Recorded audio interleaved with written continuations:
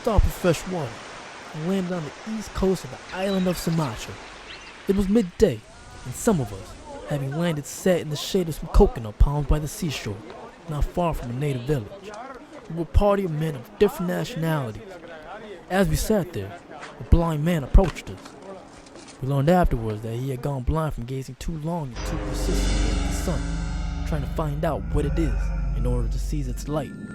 He strove a long time trying to accomplish this, constantly looking out at the sun, but the only result was that his eyes were injured by its brightness, and he became blind.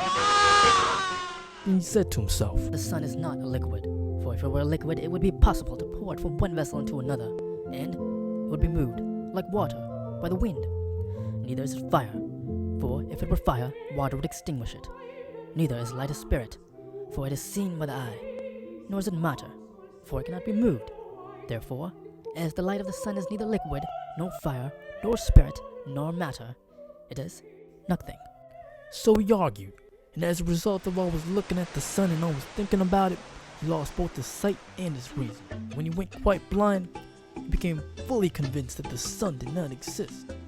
With this, the blind man became a slave, who after placing his master in the shade of a coconut tree, picked up a coconut from the ground and began making it into a nightlight. He twisted a wick from the fiber of the coconut, squeezed oil from the nut in the shell, and soaked the wick in it. As the slave sat doing this, the blind man sighed and said to him, Well, slave, was I not right when I told you there is no sun? Do you not see how dark it is? Yet people say there is a sun, but if so, what is it? I do not know what the sun is. That is no business of mine. But I know what light is. Here I have made a night light, by the help of which I can serve you and find anything I want in the hut. And the slave picked up the coconut shell, saying, This is my son. A lame man with crutches who was sitting nearby heard these words and laughed. You have evidently been blind all your life not to know what the sun is. I will tell you what it is. The sun is a ball of fire which rises every morning out of the sea and goes down again in the mountains of our island each evening. We have all seen this. And if you have had your eyesight, you too would have seen it. A fisherman who had been listening to the conversation said, It's plain enough that you've never been beyond your own island. If you were not lying, if you have been out, as I have, in a fishing boat, you would know that the sun does not set among the mountains of our own island, but as it rises from the ocean every morning, so it sets again in the sea every night. But I'm telling you it's true. I've seen it every day with my own eyes. Then an Indian who was part of a party interrupted him by saying, I am astonished that a reasonable man should talk such nonsense. How can a ball of fire possibly descend into the water and not be extinguished? The sun is not a ball of fire at all. It is the deity named Deva, who rides forever in a chariot around the golden mountain Meru. Sometimes the evil serpent Raghu and Ketu attack Deva and swallow him, and then the earth is dark. But our priest, they pray that the deity may be released, and then he is set free. Only such ignorant men as you, who have never been beyond their own island, can imagine the sun shines for their country alone. And the master of an Egyptian vessel who was present spoke in his turn. No, you are also wrong. The sun is not a deity. It does not move around India in its golden mountain.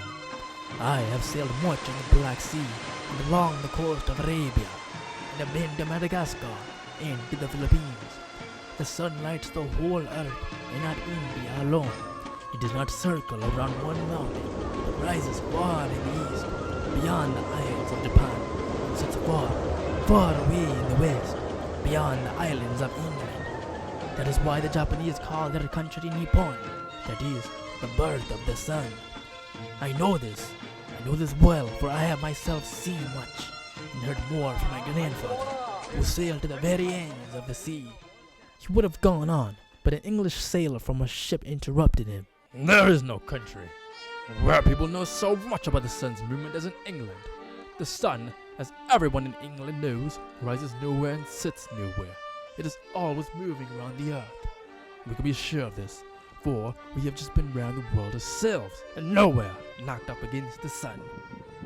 Wherever we went, the sun showed itself in the morning and hid itself at night, just as it does here. And the Englishman took a stick and drawing circles on the sand, tried to explain how the sun moves in the heavens and goes round the world, but he was unable to explain it clearly, and pointing to the ship's pilot, said, And this man knows more about it than I do. He can explain it more properly. The pilot, who was an intelligent man, had listened in silence to the talk till he was asked to speak. Now everyone turned to him, and he said, You're all misleading one another, and are yourselves deceived. The sun does not go around the earth, but the earth goes around the sun, revolving as it goes, and turning towards the sun in the course of each 24 hours. Not only Japan, and the Philippines, and Sumatra where we are now, but Africa, and Europe, and America, and many lands besides. The sun does not shine for some one mountain, or for some one island, or for some one sea, nor even for one earth alone, but for other planets as well as our earth. If you would only look up at the heavens instead of the ground beneath your own feet, you might all understand this, and would then no longer suppose that the sun shines for you, or for your country alone. Thus spoke the wise pilot, who had voyaged much about the world, and had gazed much upon the heavens above.